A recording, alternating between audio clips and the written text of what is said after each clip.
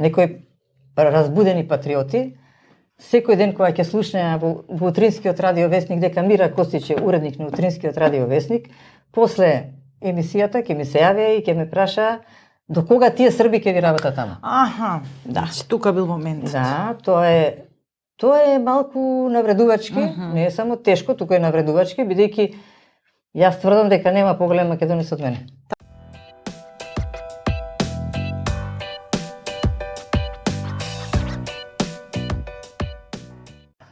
Здраво, јас сум Сонја Делевска, ова е подкастот на, сакам да кажам, МК за секого по нешто. Денешна наша гостинка е Мира Костич. Не треба посебно поздравување, Мира, здраво. Доајенката на нашето новинарство, нашата гордост на радионовинарството.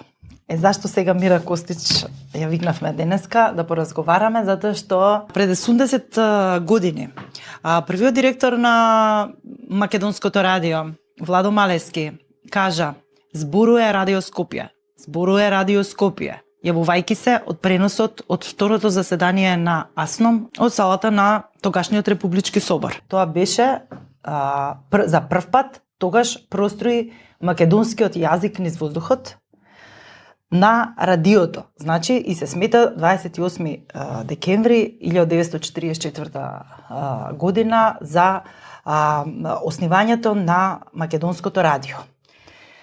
Јас би сакала нешто да Мира може подобро, горда на своите 40 години, 40 на години работење. И три во Македонското радио. Душата на Мира, духот и енергијата се уште е таму и ќе остане долги години кај низините помлади колеги. И таа најдобро може да ни каже нешто околу историјатот на 28 декември ви беше, предпоставам, патронат. Па, јас не би се навраќала на 44-та, бидејќи сум речиси 20 години подоцна родена, не 20, пардон, помалку. 17-18. Веројатно, не знам, 52-та, како му доаѓа? Не е важно. Но радиото ми е во душата, се разбира, и ние имаме со радиото, јас и радиото, имаме некаква судбинска поврзаност, бидејќи мојата тетка работеше таму како првоборец, нели, 44-та се собирале прво тие што ја извојувале победата над фашизмот да оформат радио, да оформат гласило, кое што ќе го афирмира македонскиот јазик, ќе допре до сите граѓани на тогашна Федеративна Република Македонија. Ослободена Македонија, се разбира. И ќе се негува македонскиот јазик како едно од главните белези на сечи идентитет и сечија националност. Така што историјата да го оставиме на историчарите. Јас само можам да кажам дека на 28 декември, кога јас почнав да работам, 1976 година, имаше посебни церемонии, да речам, се доделуваа награди на новинари, на медиумски работници, па дури на оние служби кои што, да речеме, се нужно вработени во радиото, затоа што се потребни како служби. Се доделува по однос на стажот и по однос на заслуги, се разбира, во изминатата година, кој што успеал да направи нешто подобро за новинарството и за радиото. И тоа беа навистина убави празници, а новинарите се собираа нормално на забава да си го прослава денот на радиото и да се дружат малку, бидејќи новинарите во принцип во една медиумска куќа немаат многу можност да се дружат, бидејќи постојано се ангажирани на извршувањето на своите задачи. И ако многу се дружат, ќе трпи или програмата или читателството. Во секој случај било убаво, било тоа голем ден. Да. Колку може да се каже дека е Македонското радио еден од првите медиуми кај нас во Слободна Македонија, е темел фактички на еден од темелите на денешната Македонија што ја имаме. Македонскиот јазик е идентитетски белег. Тоа што радиото преку радиото прв пат се слушна македонски збор, секако е еден од столбовите на државноста и на нацијата. Само кој како ќе го свати тоа, инаку до сега е некако во плурализмот, од осамостојувањето наваму, како да се занемаруваше тој факт и се подценуваше улогата на радиото и што ја имало, и што ја има, и што ќе ја има. Така, мислиш дека ќе се слави нешто годинава, ќе се одбележи јубилеот? Па би Ќе го требало... цени ли некој тоа? Не, јас мислам дека ќе се одбележи, се надевам уствари, бидејќи 80 години се 80 години, не е малку. Како мислиш дека треба да не се... знам дали и како ќе се одбележи, бидејќи јас сум веќе 5 години во пензија. За жал, немам некои посебни контакти за да ме информираат. Гледам дека има на радиото ги повикуваат новинарите да се потсетат нели на работењето во куќата. Така. Оние што си отишле од куќата, од радиото, не исконтактирал никој посебно со мене. Не знам, можеби има време, се разбира, се уште до 28 декември. Верувам и сметам дека треба да се одбележи достојно со една академија, со доделување на награди. Инаку да ви кажам, јас од мојата куќа немам добиено награда и покрај државната награда, покрај новинарските награди што ги имам добиено. Истина. Од мојата куќа немам добиено ни една награда, за Добитничка жал. на Мито Хаджи Василев Јасминци. Да. Да, и на многу други награди. Признанија. Да, за доживотна награда во новинарството и така натаму. Но јас сум горда на тие награди што ги добив од колегите, бидејќи за мене е тоа најголемо признание. Така. Но очекувам една пофалница, да речам, Така. од радиото. За 43 години. Како 43 години стаж, таму што се вика младоста ја оставив, душата ја оставив. Радиото беше мој втор дом. Имаше ли период кога се вреднува од твоето доаѓање, се збориме? За порано видовме награди, до забави се. Имаше како немаше, имаше вреднување. До која година некој гледаше и вреднуваше и поттикнуваше? Па и по самостојањето на Македонија продолжи тоа. Меѓутоа, како слабееше финансиската моќ на радиото, така се скратуваа и наградите и прославите, да речам. Она што се случуваше како прослава, го организираа самите новинари од своји средства, се разбира. Се укина доста награди, но потоа повторно се воведоа, но некако испаѓаше дали за 10 години, 15, 30, 20 и така натаму, да не ги редам, се доделуваа часовници, златници, не знам, радија. Мене све некако ме утнуваше тоа. Добро, Боже мој. Мене ми е, лично е вака сега, можам да кажам, иако тоа и таму го кажав отворено, многу ми е криво што нашата директорка, тогашна и сега е уште директор на радиото, не најде сходно за пригодно да се пофали годината кога јас и уште тројца колеги од радио и од телевизија добивме државни награди. На денот на радиото со ниеден збор не спомна. Која е таа? Може ли да ја поздравиме од тука колешката? Колешката Ајтен. Емети, да. Секоја чест, колешке.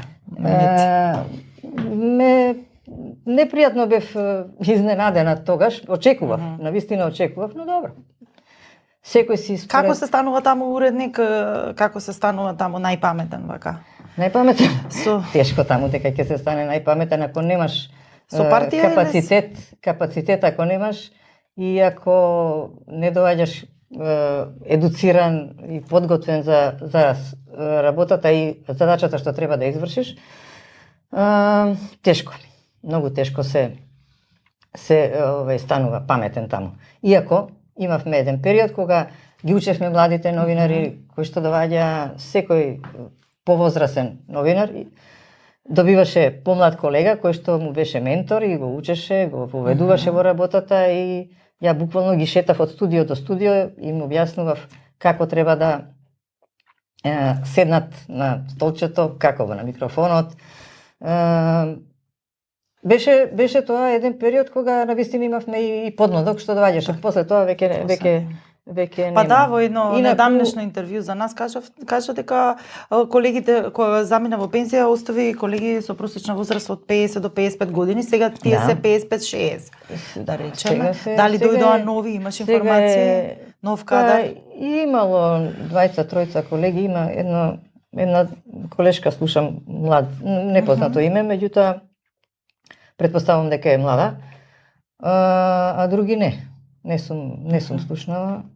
И штета е, затоа што радиото има добри емисии, Да, се уште. се уште има добри емисии, се уште има добри новинари кои што работат и кои што, а меѓутоа се уситнуваат. Така. Оти доаѓа време објективно за пензионирање, така што ако немаш подмладок и ако не си оставил подмладок со одветна подготовка, тешко дека ќе може нешто да се направи преку ноќ. Преку ноќ не се прави радио. Радиото се гради. така. А како се станува уредник, па боже мој. Јас станав уредник после 30 години работа. Некој стана уредници после 3 години работа. Некој Директно без директно од надвор. Да, така. Зависи Мислам, трендот, како? Да, зависи. Не, партиите имаат влијание, да не се лажеме. Да. Тука Партиите. апсолутно да не се лажеме, затоа што имавме и вечни уредници, тоа Така. што добро балансираа политички. А у еден период, кога Македонија беше дел од Југославија, одеше преку ЦЕКА, преку Централниот комитет и тука веќе е друга. Усвари слично е како и сега, ама поинаку беше. Поинаку беше. Вечни уредници. Да, се менјава и тогаш имаше уредници кои што навистина беа на местото каде што треба да бидат, со сознаење, со капацитет и за организирање на работа и за едукација на млад кадар и на тие што се тука новинари, се разбира. Така што не е исто, но Кога ти беше најтешко, Мира, во кариерата, се сеќаваш или секогаш ти беше радосно и не беше радосно воопшто. Поттикнувачко. Поттикнувачко, да, бидејќи јас новинарството многу го сакам, меѓутоа многу тешки моменти имав јас таму. Кога се осамостојуваше Македонија, да речеме, самиот чин на осамостојувањето, тој период што се случуваше, беше многу тежок и исцрпувачки, бидејќи буквално, да не претераме, не 24, ама 20 сати поминувавме на работа. И второ, што некои разбудени патриоти, секој ден кога ќе слушнеа во Утринскиот радиовесник дека Мира Костич е уредник на Утринскиот радиовесник, после емисијата ќе ми се јавеа и ќе ме прашаа до кога тие срби ќе ви работат таму. Аха, да, тука бил момент. Да, тоа е малку навредувачки, не е само тешко, тука е навредувачки, бидејќи јас тврдам дека нема поголем македонец од мене. Така, тоа мора да било 98, не можеш да ми одговориш. Не е само 98, 92, 3, 4, па 98, горе-доле, се малку се стабилизира, меѓутоа имаше до еден период кога на докажување. На докажување кој е поголем патриот и така натаму. А тогаш ти остана уредничка, така? Па формално тоа е уредник на Утринскиот радиовесник, не е класичен оној уредник, туку ти го водиш весникот бидејќи си сам, нема други уредници. Ти го средуваш како треба да распоредот на вестите да биде објавен и ти ги подготвуваш вестите и оттаму е тоа уредник и водител. Практично уредуваш вести, не си уредник. И па како да си, како е тоа во живо да си и да не смеш ништо да скрешиш и да знаеш дека си, да немаш помош, не сме ни шум околу тебе, ништо се гледа, дека мислам не сме да има шум, значи не сме човек да има да ти помага никој. Интересно е. Стресно е тоа. Стресно е, се разбира. Во најбрзиот медиум. Се разбира дека е стресно, радиото мора да биде прво и да биде точно. Проверено и точно. Да, тешко е, апсолутно е тешко да бидеш сконцентриран, да одиш во живо во програма, иако да не се фалиме ние сега со одење во живо во програма, бидејќи до 44-та до земјотресот и после земјотресот во живо одеше програмата, све беше во живо. Јас лично сум ги гледала и овој Народниот оркестар и спикерите кога кажуваа вести, бидејќи реков тетка ми работеше таму, па можев да ме носеше како дете. И се збореше, и се свиреше тука. Да, све беше во живо. И диригентот диригираше во живо. Така да не се фалиме ние нешто многу во живо. Да, стресно е, се разбира, кога ќе се запали таа црвена сјаричка на микрофонот, дека одиш во програма, во етерот дека одиш. Да. Стресено. Меѓутоа, јас си изградив еден механизам да се концентрирам на она што ќе треба да го кажам и на публиката на која треба да и се обратам. Така што го занемарував тој факт, иако ми се случи еднаш и земјотрес во текот на емитувањето на вестите. Голема зграда? Да, во сегашната зграда каја што е. Се случи со Бајлетова земјотрес, спикерката се стаписа. И ја не знам како собрав храброст. Си продолжив, да. Се лулаше? Да, малку се залула и лулање и вертикално беше. И како продолжив? Го спомна земјотрес. Да, реков дека најверојатно сме имале земјотрес, но ќе ја провериме информацијата во Сеизмолошка обсерваторија, што го направивме тоа подоцна.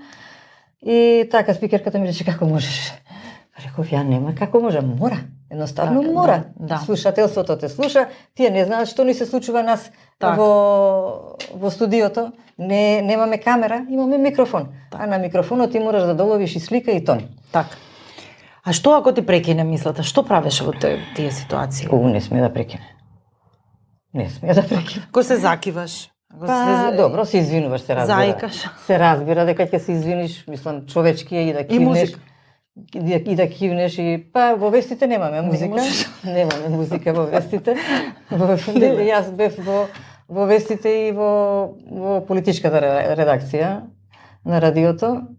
Така што нема запирање. А од собрание, да речеме, сум се јавила и по половина час кога имало преноси, кога сум водела пренос, кога сум држала пренос. Така. На одредена седница или кога доаѓале странски председатели на парламенти на други држави, председатели на држави и други, се разбира, за од кој собранието имало сечена седница со нив седница со сите пратеници и кога сум вршила пренос од тие седници, нема запирање. А друго, што радиото е поволно, да речем, за новинарството, особено, што можеш да си напишеш се. Што сакаш да кажеш. Да не те видат дека читаш. И ти го читаш тоа. Да. А кога ќе ти снема текст, ќе мораш од памет да вадиш. Так. Паметни зборови, да не звучат непристојно и глупаво, а да го држиш слушателството во исчекување, односно во кондиција. Така. А што ако имаш, ти се случило да имаш непристоен гостин во студио со непристојни зборови? Ми се случило непристојни зборови. И за нив се извинуваш? Не се извинувам, ја го прекинувам соговорникот и го замолувам да употребува зборови достојни на неговата улога и како гостин и поводот по кој е викнат како гостин. И сум кажала дека ако продолжи така, дека ќе ја прекинеме емисијата. Обично ме послушувале. Так. Бидејќи во жарот на излагањето може да се случи да излета некој збор кој што не е баш достоен за одредена личност друга или за одредена ситуација. Така. Што треба, се види дека порталите не успеа да ги потрупат радиото. Радиото си е радио и тоа си останува број еден медиум. Кога возиме, кога нешто работиме, кога немаме време да читаме, значи се знае радиото е пуштено. Од радиото се информираме, на радиото слушаме музика, слушаме емисии. А што треба сега за македонското радио да се осовремени малце или не му треба осовременување? Дали треба инвестиции? Дали треба нови луѓе? Какви луѓе? Помлади во ред, образовани, нашетани, начитани, информирани. Радиото, спротивно на сите скептици, има иднина. И мислам дека додека има потреба од информирање, радиото ќе си постои. Но, за да постои и да биде како што треба, секако му треба и осовременување и модернизација, што би рекле. Му треба кадар, пред се, бидејќи радиото без новинари не може само да пушта музика. Може, но тогаш нема да биде национално радио и нема да биде македонско радио, кое што треба, има улога и да едуцира, и да информира, и да шири позитивна мисла, да сплотува, меѓу другото, да афирмира добри и позитивни работи во општеството. Така што има повеќе улоги радиото и без млад кадар тешко дека ќе може. Мислам, мора да се обновува кадарот, не млад како млад, да се обновува. Да земе и од други медиуми новинари може да дојдат, нема потреба. И не мора да значи дека треба да бидат исклучиво млади, кои што доправа треба да учат. Но искусни новинари треба да се вложува во радиото, треба да радиото секогаш било репер за критериуми во новинарството. Сега за жал не е баш така. И во секој случај треба да се почитуваат сите стандарди во новинарството кои што ја овозможуваат професионалноста на новинарите. Така. Нека е честит јубилеот и да се видиме за 90 години.